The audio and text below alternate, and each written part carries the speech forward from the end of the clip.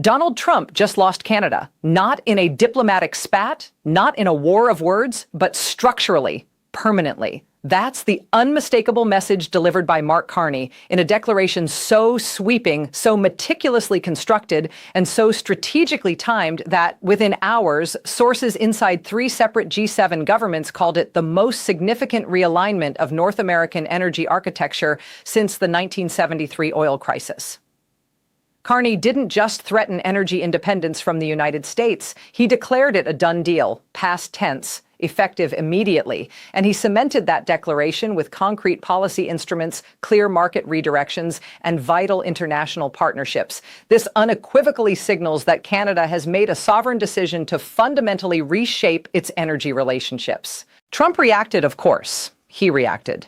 And the way he reacted, the specific language, the specific threats, the specific timeline, told you everything you need to know about whether the White House actually understood what had just happened to them.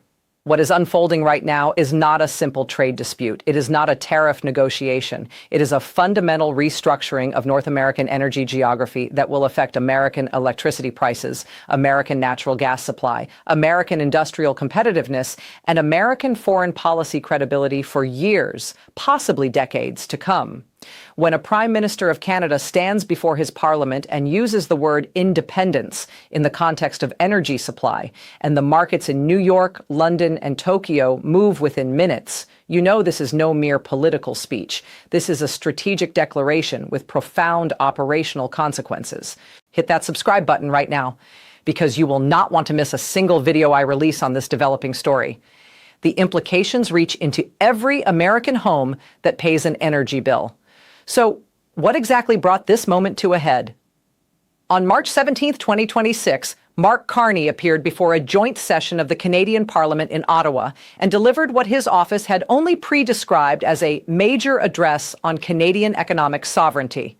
No advance text was provided to journalists. No diplomatic preview was offered to allied governments. No briefing was given to the American Embassy in Ottawa or to the State Department in Washington. Multiple sources described this deliberate information blackout as a message in itself, a signal that Canada was done consulting Washington before making sovereign decisions about Canadian resources. The address lasted 41 minutes. By the time Carney sat down, he had announced a comprehensive Canadian energy independence framework, a 7-point policy architecture that his office formally titled the Sovereign Energy Declaration of 2026. This declaration redirected Canadian energy export policy away from the United States as the default primary market and toward a diversified portfolio of international buyers, infrastructure investments, and regulatory structures. Its design ensures that no future American administration could use energy dependency as either a pressure point against Canada or a demand instrument in bilateral negotiations. This is not just another political controversy. Canada supplies approximately 60% of American crude oil imports, provides natural gas to millions of American homes in the Northeast and Midwest, and delivers hydroelectric power through long-term contracts to American states, including New York, Vermont, Maine, and Minnesota. The country that Trump has repeatedly suggested should become the 51st state of the United States just announced it is building an energy future that does not center the United States as its primary customer. And believe me, when the Prime Minister of your largest energy supplier declares independence from your market, you know something historic has just permanently changed. Here's the full picture of what's been unfolding. Tensions over energy had been building since February 2026, when Trump's repeated suggestions that Canada should accept American terms on trade and governance were accompanied by increasingly explicit references to Canada's energy exports as, in Trump's words, something America could replace if it had to. Those references alarmed Canadian energy policy experts, not because they were credible in the short term. Replacing Canadian crude oil and natural gas supply to the American Northeast and Midwest within any realistic time frame is, as multiple energy economists have noted, logistically impossible. But because they signaled that the Trump administration viewed Canadian energy supply as a lever rather than as a mutual interdependency. Canada clearly draws a fundamentally different conclusion from that interdependency than Washington apparently does. But everything escalated on March 12, 2026, when a White House economic briefing, described by three sources familiar with its contents to Reuters and the Globe and Mail, outlined a scenario in which the United States would use the threat of energy infrastructure investment in alternative supply sources as a long-term negotiating instrument against Ottawa. That briefing, once its existence became known in Canadian government circles, reportedly produced what one senior Canadian official described as a clarifying moment. If Washington was prepared to discuss weaponizing energy supply chains as a bilateral pressure tool, then Ottawa needed to ensure, structurally and permanently, that Canada's energy export relationships were diverse enough that no single buyer, including the United States, held veto power over Canadian energy policy. Carney's team had been working on the framework since January. March 17th was the day they chose to deploy it. Smash that like and subscribe button right now if you are beginning to understand the full scope of what just happened. And here's where it really gets serious. The 7 points of the Sovereign Energy Declaration were not symbolic. Each one was a specific policy instrument with specific economic consequences for specific American stakeholders. Sources inside Canada's Natural Resources Ministry described the framework as deliberately sequenced, ordered not by economic magnitude, but by political impact, with the measures most likely to generate immediate American industry reaction placed first to ensure that the response apparatus in Washington was flooded with incoming calls from domestic constituencies before Trump had time to formulate a public reaction. The first point was the announcement that Canada would accelerate construction of the Energy East pipeline corridor. This long-discussed east-west pipeline project would allow Alberta crude oil to reach Atlantic tidewater at St. John, New Brunswick, from which it can be exported to European and Asian markets without transiting American territory at any point. The project had been shelved in 2017. Carney announced federal regulatory fast-tracking and an initial capital commitment of 14.7 billion Canadian dollars. American refiners in the Midwest, who depend on Alberta crude delivered through existing north-south pipeline infrastructure, registered the announcement immediately.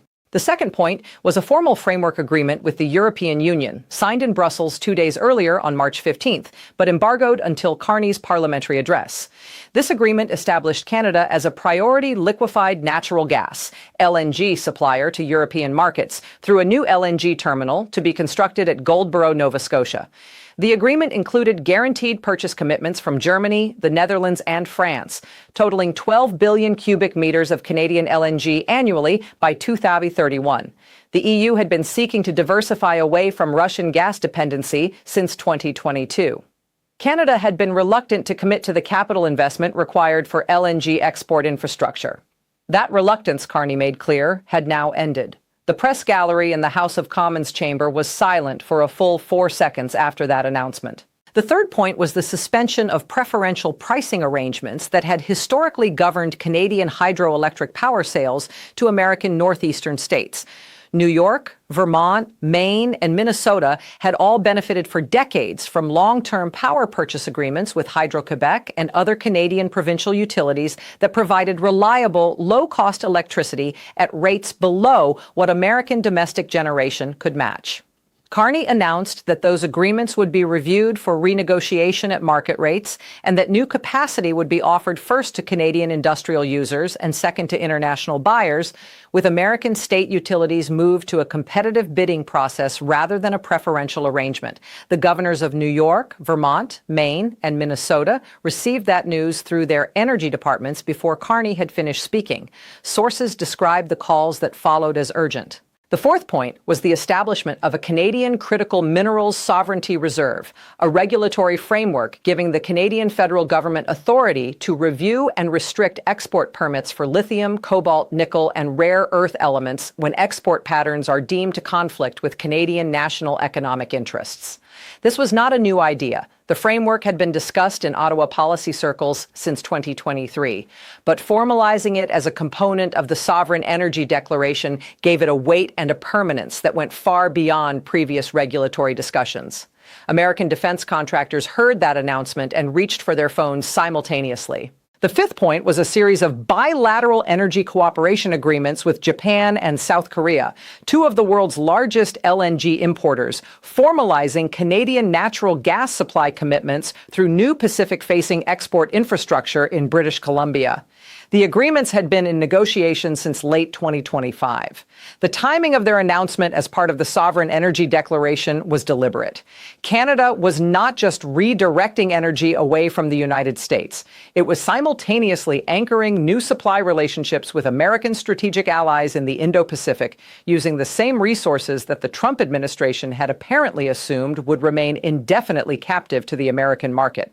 The sixth and seventh points addressed internal Canadian energy market restructuring and provincial coordination mechanisms that had primarily domestic implications.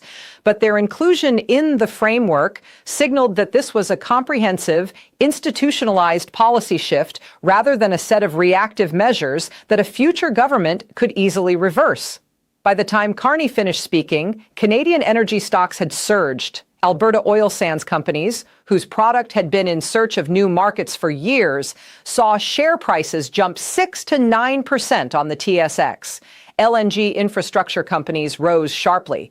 Provincial energy ministers from British Columbia, Alberta, and Quebec were publicly endorsing the framework within the hour. This moment did not arrive without historical precedent, but the precedents that come closest are more alarming than reassuring. Think back to 1973, when Arab OPEC members imposed an oil embargo on the United States in response to American support for Israel during the Yom Kippur War. The embargo lasted 5 months, triggered gasoline shortages across the American Northeast and Midwest, produced lines at gas stations that Americans over 65 still remember viscerally, pushed crude oil prices up 300%, and contributed directly to the worst American recession between the Great Depression and 2008. The United States did not control its energy supply in 1973. It was dependent on foreign producers who had decided that the relationship required rebalancing. Canada is not OPEC. Canada is not imposing an embargo. Canada is doing something in some ways more consequential. It is constructing permanent alternative infrastructure and permanent alternative market relationships that will reduce American leverage over Canadian energy policy, not for months, but for generations. The Energy East pipeline corridor, once built, does not get unbuilt. The LNG terminal at Goldboro, once constructed and operational, does not close because an American president changes tone. The supply agreements with Germany, Japan, and South Korea, once signed and operationalized, do not disappear because Washington asks nicely. Then there was the Nixon-era Project Independence of 1973, the American government's own response to energy vulnerability, a recognition that dependence on foreign energy supply creates strategic risk that no amount of diplomatic goodwill fully insulates against. Nixon's program ultimately failed to achieve American energy independence, but its underlying logic was sound and is directly applicable to the current situation. From Canada's perspective, Canada has watched its energy resources become a pressure point in American bilateral negotiations. Canada has concluded that diversifying away from that dependency is both economically rational and strategically essential.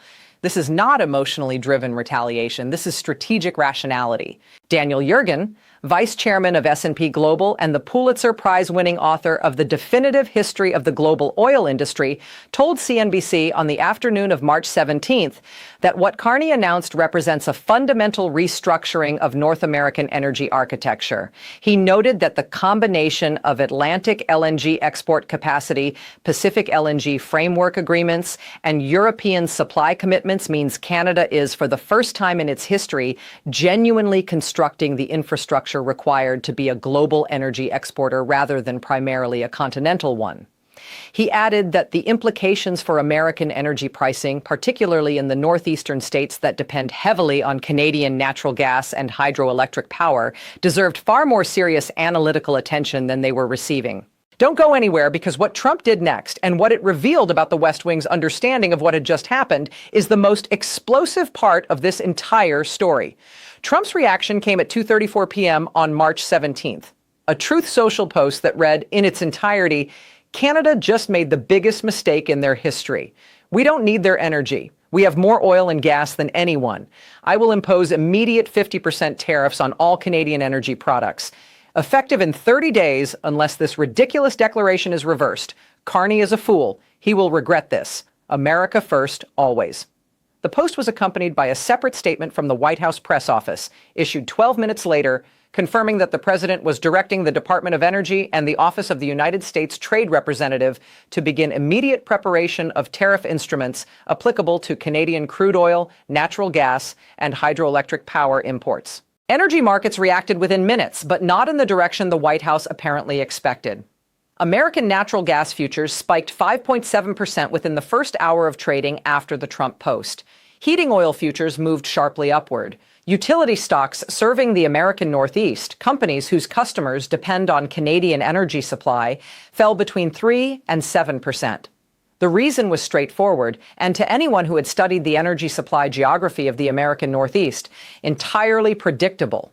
Threatening tariffs on Canadian energy does not reduce American dependence on Canadian energy. It raises the cost of that energy to American consumers and businesses while doing nothing to change the underlying supply reality, which is that the infrastructure to replace Canadian supply does not exist and cannot be built in 30 days or 30 months. This puts the administration in an extraordinarily difficult bind that energy analysts described with unusual unanimity as self-constructed. On one side, following through on the 50% energy tariff threat means imposing significant cost increases on American energy consumers, particularly in the northeastern states that depend on Canadian natural gas for home heating and on Canadian hydroelectric power for electricity. In states that include New York, Pennsylvania, Vermont, Maine, Massachusetts, and Connecticut, home heating costs will rise, electricity bills will rise, industrial energy costs for manufacturers will rise. The political feedback from those cost increases registers in exactly the states where Republican political fortunes are most marginal. On the other side, not following through, backing away from the tariff threat after making it publicly and specifically, means demonstrating that the threat was empty, which further erodes the credibility of American economic pressure as a tool of bilateral diplomacy.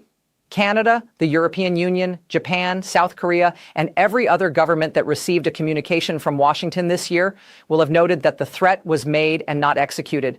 The leverage diminishes. The deterrent effect collapses.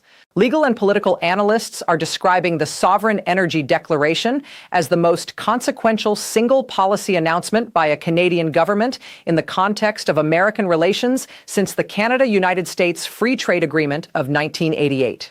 Michael Ignatieff, former leader of the Liberal Party of Canada and former director of the Carr Center for Human Rights Policy at Harvard University, told the BBC on the evening of March 17th that what Carney has done is create facts on the ground that cannot be undone by a tariff threat or a Truth Social post. He noted that the infrastructure commitments, the European supply agreements, and the Pacific Framework deals are binding policy commitments that will generate their own political constituencies. Canadian energy workers, Canadian infrastructure companies, Canadian provincial governments, all of whom will resist any future reversal as strongly as they are now supporting the declaration. Even within American energy industry circles, the reaction to the Carney Declaration was more complicated than a simple alignment with the Trump tariff threat. The American Petroleum Institute, which had supported the administration's prior trade actions, issued a statement on March 17th that pointedly declined to endorse the 50% tariff threat and instead called for immediate bilateral negotiations to stabilize energy supply relationships. The statement noted that American refiners in the Midwest had constructed their processing infrastructure specifically to handle Canadian heavy crude, and that replacing that supply source was not operationally feasible within any politically relevant time frame. So let's break down the specific American vulnerabilities that the Sovereign Energy Declaration has exposed and that the tariff threat, rather than addressing, actually amplifies. First, northeastern home heating. Approximately 4.8 million American households in New England and the mid-Atlantic states depend on natural gas that originates in Canada or transits Canadian infrastructure. A 50% tariff on Canadian natural gas does not create alternative supply. It creates a 50% cost increase on the same supply. Home heating costs for those households will rise immediately and significantly. The political geography of those households includes states that are marginal in national elections. Governors in those states are not going to absorb that cost increase silently. Second, Midwest industrial energy. Canadian hydroelectric power and natural gas supply flows into the American Midwest support industrial manufacturing operations in states from Minnesota to Ohio. Energy-intensive industries, steel, chemicals, automotive, food processing, depend on competitive energy costs for their profit margins. A sustained 50% tariff on Canadian energy inputs raises those costs directly and reduces the competitiveness of American manufacturing against international competitors who do not face the same energy cost burden. This is the opposite of the economic nationalism the administration has committed to delivering. Third, the defense and technology supply chain. Canada's announcement of the Critical Minerals Sovereignty Reserve was embedded within the Energy Declaration, but carries independent significance for American national security. Lithium, cobalt, nickel, and rare earth elements are essential to the manufacture of electric vehicle batteries, military electronics, advanced weapon systems, and semiconductor components. American defense contractors and technology manufacturers who depend on Canadian critical mineral supply are now operating in a regulatory environment where export permits for those materials can be reviewed and restricted at the Canadian federal government's discretion. The Pentagon has noted this. The defense industry has noted this. Several congressional committees have now requested classified briefings on the supply chain exposure. But beyond the immediate energy pricing and supply chain implications, this is really about something that will outlast the current administration, the current Canadian government, and the current cycle of bilateral tension. It is about whether the geography of North American energy, the pipelines, the terminals, the long-term contracts, the market relationships gets permanently restructured during this window of confrontation in a way that reduces American leverage over Canadian policy for a generation. Infrastructure once built shapes political economy. Pipelines built to tidewaters stay built. LNG terminals constructed to serve European and Asian markets do not get decommissioned because bilateral relations improve. Supply agreements with Germany and Japan, once operationalized, create their own constituencies and their own renewal incentives. If the Energy East pipeline is built, Alberta crude reaches Atlantic export terminals, and the European market becomes a genuine alternative customer for Canadian oil. That permanently reduces the pricing power that American refiners have exercised over Canadian crude because American geography made it historically the easiest market to reach. If the Goldboro LNG terminal is constructed and the European supply agreements are executed, Canadian natural gas has a global market, not a continental one. That permanently changes Canada's negotiating position on every future bilateral energy discussion. These are not outcomes that a future administration can reverse with a policy announcement. They are physical and commercial facts. Carney's declaration was designed to create exactly those facts as quickly and irreversibly as possible, while the political window created by Trump's confrontational approach remained open enough to generate Canadian domestic political support for the investment required. The Canadian public is supporting Carney's declaration. A poll conducted by Ledger Polling on March 17th and 18th found that 71% of Canadians supported the Sovereign Energy Declaration, including 64% of Conservative Party voters, a number that reflects the degree to which Canadian economic sovereignty has become a cross-partisan value in a way that directly limits the political space available to any Canadian political actor who might otherwise argue for accommodation with Washington. This is causing visible alarm within segments of the American foreign policy and energy policy establishment that have historically had little reason to pay close attention to Canadian domestic politics. The Council on Foreign Relations published an emergency commentary on March 18th, noting that the combination of Atlantic LNG infrastructure, Pacific supply agreements, and European market commitments represented a permanent shift in Canadian energy export orientation, and that American policymakers had a narrowing window to engage through diplomatic and treaty channels before the infrastructure decisions became irreversible. Stay with me, because what the next 30 to 60 days look like in the bond markets, in the energy futures markets, in the congressional hearing rooms, and in the bilateral diplomatic channel that Washington has apparently not yet chosen to open will determine whether this confrontation becomes the inflection point that permanently redraws North American energy geography.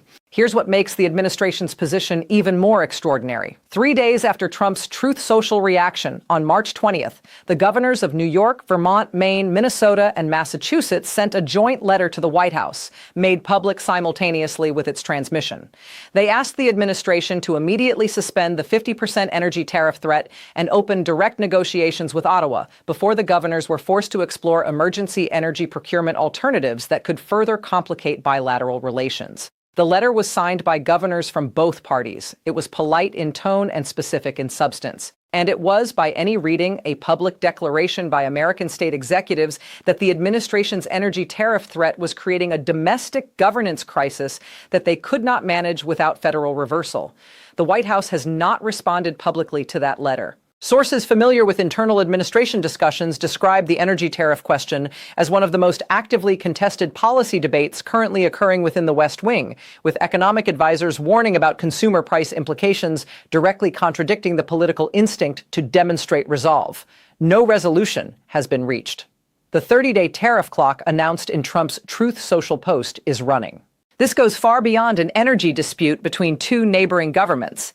It is about whether the physical infrastructure of North American energy, infrastructure built over 50 years on the assumption of deep bilateral interdependence, is now in the process of being fundamentally redirected by deliberate sovereign policy choice. If Canada executes the Sovereign Energy Declaration as announced, the American economy's relationship with Canadian energy will look fundamentally different in 5 years than it does today, not because of a tariff or a tweet, but because of pipelines, terminals, long-term contracts, and market relationships that will be built, signed, and operationalized. While Washington argues about whether to impose tariffs that its own energy industry, its own state governors, and its own economic advisors have identified as self-defeating. If there are no consequences for the confrontational approach that provoked this declaration, the precedent it sets is that economic aggression against integrated trading partners accelerates exactly the supply diversification and market redirection that reduces American leverage over time. That is not a trade policy victory. That is a strategic loss that compounds over years. This is the kind of structural analysis that the news cycle does not give you time to absorb, and it matters for every American family that pays an energy bill. Here's where things stand right now. Canada has declared energy independence from the United States as the default primary market and is executing that declaration through specific infrastructure investments, specific international supply agreements, and specific regulatory frameworks that create permanent structural facts rather than temporary political gestures. Trump has threatened 50% tariffs on Canadian energy. In response, American energy markets have reacted by pricing and supply tightening rather than supply replacement. American state governors are publicly demanding negotiation. American energy industry groups are declining to endorse the tariff threat. Congressional committees are requesting classified briefings on critical mineral supply chain exposure. And Canada's domestic political consensus in favor of the Sovereign Energy Declaration is running at 71% support and growing. Keep a close eye on the 30-day tariff clock that began running on March 17th. Keep a close eye on the Energy East regulatory fast-tracking process and whether Alberta's provincial government begins formal project approval procedures in the coming weeks. Keep a close eye on the Goldboro LNG terminal development timeline and whether European offtake agreements are formally executed. And keep a close eye on the Northeastern governor's letter, because if the White House does not respond to that letter before the 30-day tariff deadline, the political pressure from those states will escalate in ways that create congressional dynamics the administration will find difficult to manage. This is the defining story of North American economic relations, and it is moving every single day. Here's the reality. Mark Carney stood before the Canadian Parliament and declared that Canada would build the infrastructure, sign the contracts, and establish the market relationships required to ensure that no American administration could ever again use Canadian energy dependency as a pressure instrument in bilateral negotiations. Trump reacted with a tariff threat that energy markets, energy industry groups, state governors, and the administration's own economic advisors have identified as self-defeating. The infrastructure decisions that will permanently reshape North American energy geography are already in motion. The legal frameworks are already filed. The European and Asian supply agreements are already signed. This is not a story that ends when the news cycle moves on. The pipelines will be built or they will not. The LNG terminals will be constructed or they will not. The European and Asian supply relationships will be operationalized or they will not. Those are decisions being made right now in boardrooms and government offices in Calgary, Ottawa, Halifax, and Brussels, with consequences that will compound over decades.